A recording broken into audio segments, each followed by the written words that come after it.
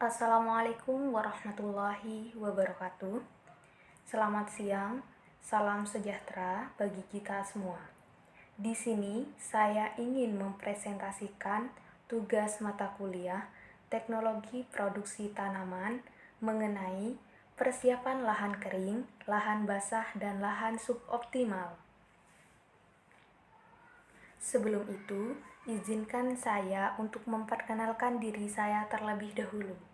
Saya Halimatus Sa'diyah dengan NIM 200311100037 dari kelas A Agroteknologi.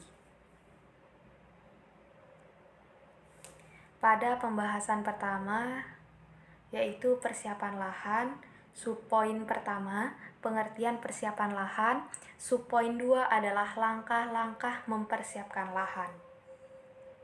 Subpoin pertama, pengertian persiapan lahan.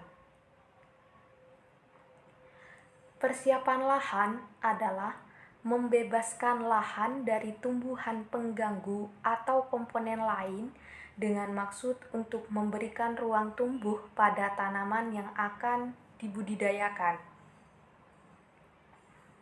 Persiapan ini biasanya dilakukan secara manual.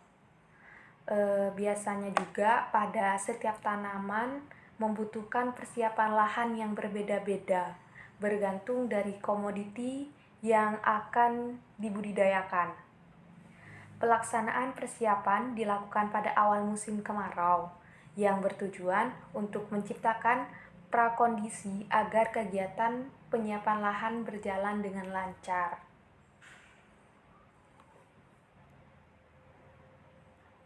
Subpoin kedua, langkah-langkah persiapan lahan. 1. Penyiapan dan persiapan alat. Nah, alat-alat yang digunakan masih relatif sederhana, berupa alat-alat yang dioperasikan tangan secara manual, seperti garpu, cangkul, skop, dan meteran. Setiap alat yang digunakan memiliki peranan yang sangat penting dan berbeda-beda. Kemudian yang nomor 2, pengukuran lahan. Nah, lahan sendiri kan berbagai macam ukuran. Nah, pengukuran luas lahan sangat bermanfaat agar kita mengetahui berapa luas lahan yang akan kita gunakan dalam penanaman, sehingga kita menyiapkan alat dan bahan dengan tepat, baik jenis maupun jumlah jenis komoditi yang akan ditanam. Yang ketiga, membersihkan atau sanitasi lahan. Pembersihan dilakukan dengan menghilangkan sumber pengganggu pertumbuhan yang meliputi gulma, sisa-sisa akar tanaman, bahan-bahan kontamina lainnya, bahan mikroorganisme pengganggu. Tujuan dari pembersihan lahan ini untuk memudahkan perakaran tanaman berkembang dan menghilangkan tumbuhan inang bagi hama dan penyakit yang mungkin ada, serta memberantas atau mengendalikan kontaminan mikroorganisme yang terdapat pada tanah tersebut. Selanjutnya nomor 4, mengolah tanah. Mengolah tanah bisa dilakukan secara manual, contohnya dengan mencangkul, menggunakan traktor, atau hewan ternak seperti kerbau atau sapi. 6. Pembuatan bedengan atau petakan. Pembuat bedengan bertujuan untuk memudahkan pemeliharaan, khususnya dalam pengaturan pemberian dan pembuangan air. Panjang bedengan sebaiknya tidak lebih dari 12 meter atau lebar bedengan 110-120 cm. Tinggi bedengan disesuai dengan musim. Bedengan dibuat lebih tinggi pada musim hujan dengan tujuan agar perakaran tanaman tidak terendam air dalam waktu lama dan pembuangan airnya lancar. Yang ketiga, pemulsaan. Pemulsaan yaitu adalah penutupan tanah dengan plastik yang berfungsi untuk melindungi tanah agar terhindar dari erosi, pertumbuhan gulma, kelembapan tanah terjaga, dan menghindari percikan langsung air hujan sehingga tidak mengenai batang tanaman.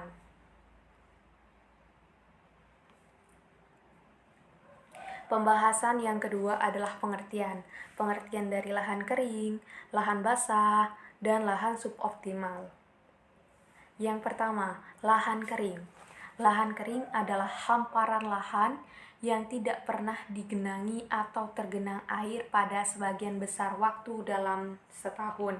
Nah, untuk lahan kering sendiri, ini hampir tidak pernah tergenang. Walaupun tergenang, itu waktunya tidak nentu. Yang kedua, lahan kering berkontribusi dalam ketahanan pangan, penyenggah ekonomi, nilai sosial dan budaya, serta sebagai penyediaan jasa ekosistem atau lingkungan. Yang ketiga, lahan kering berfungsi dalam pengendalian erosi, mitasi banjir, keanekaragaman hayati, dan pendaur ulang bahan organik. 2. Lahan basah. Lahan basah adalah suatu wilayah genangan atau wilayah penyimpanan air dan sebagai ekosistem yang didominasi oleh air dan ciri serta dikendalikan oleh air.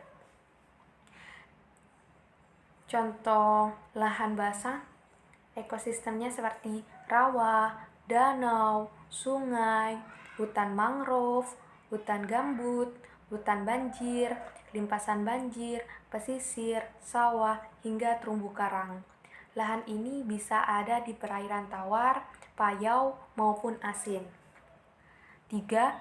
Ekosistemnya menyediakan air bersih, keanekaragaman hayati, pangan, berbagai material, penyimpanan cadang air tanah, dan mitigasi perubahan iklim. 3. Lahan suboptimal. Lahan suboptimal merupakan lahan yang telah mengalami degradasi, yang mempunyai kesuburan yang rendah dan tidak mampu mendukung pertumbuhan tanaman secara optimal. Lahan suboptimal juga dapat diartikan sebagai lahan yang secara alami mempunyai produktivitas rendah disebabkan oleh faktor internal seperti bahan induk, sifat fisik, kimia, biologi tanah, dan faktor eksternal sendiri seperti curah hujan dan suhu ekstrim. Pembahasan yang ketiga yaitu cara mempersiapkan lahan, mulai dari lahan kering, lahan basah, dan lahan suboptimal. Persiapan lahan kering yang pertama bisa dilakukan dengan tanpa olah tanah atau TOT. Sistem tanpa olah tanah adalah cara penanaman tanpa perlakuan persiapan lahan seperti halnya pembalian dan penggemburan tanah terlebih dahulu, melainkan hanya diperlukan lubang untuk membenamkan benih ke dalam tanah. Persiapan lahan hanya cukup dilakukan dengan penyemprotan gulma sampai gulma mulai mati dan mengering, lalu direbahkan, selanjutnya dibenamkan dalam lumpur. Metode ini tidak bisa diterapkan di semua jenis lahan, hanya lahan yang memiliki tingkat kegemburan tertentu yang cocok untuk metode ini. Kedua, olah tanah konservasi atau OTK, yaitu dilakukan pengemburan tanah pada kedalaman kurang lebih 20 cm menggunakan traktor atau dibajak secara tradisional menggunakan hewan ternak seperti sapi atau kerbau.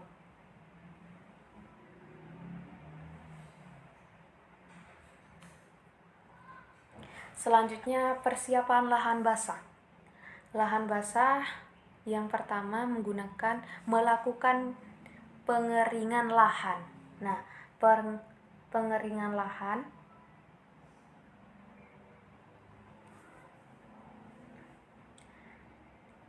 lahan ini biasanya menggunakan alat pengering namun karena di Indonesia ini teknologinya kurang, jadi agak sulit untuk pengeringan lahan.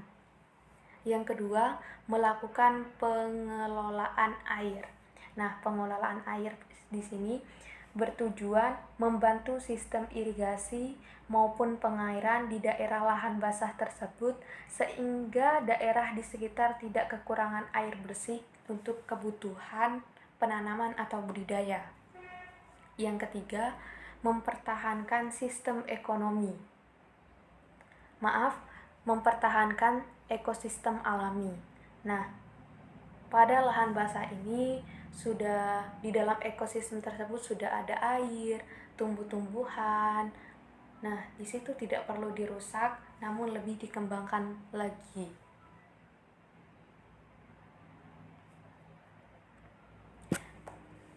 Yang ketiga adalah persiapan lahan suboptimal. Langkah-langkahnya adalah yaitu bisa menggunakan pengolahan tanah melalui olah tanah konservasi atau OTK, yang mana ini adalah pengemburan tanah kan, sudah dijelaskan di awal tadi bahwa OTK ini pengemburan tanah bisa menggunakan traktor atau hewan ternak seperti sapi atau kerbau dengan pengemburan kedalaman kurang lebih 20 cm. Yang kedua, pemupukan berimbang, yang mana pemupukan ini yaitu memberikan sejumlah pupuk untuk mencapai keterbatasan hara-hara esensial yang seimbang dan optimal ke dalam tanah. Dengan melakukan hal ini, mengharapkan pemupukan sesuai status hara tanah, maka kebutuhan tanah dan target hasil dari kesuburan tanah tercapai. Yang kedua yaitu adalah pengelolaan air, yang mana air yang dihasilkan dari tampungan hujan bisa digunakan dengan semaksimal mungkin agar pada saat kekeringan atau pada saat unsur hara dalam tanah berkurang, bisa menggunakan air tampungan dari hujan tersebut.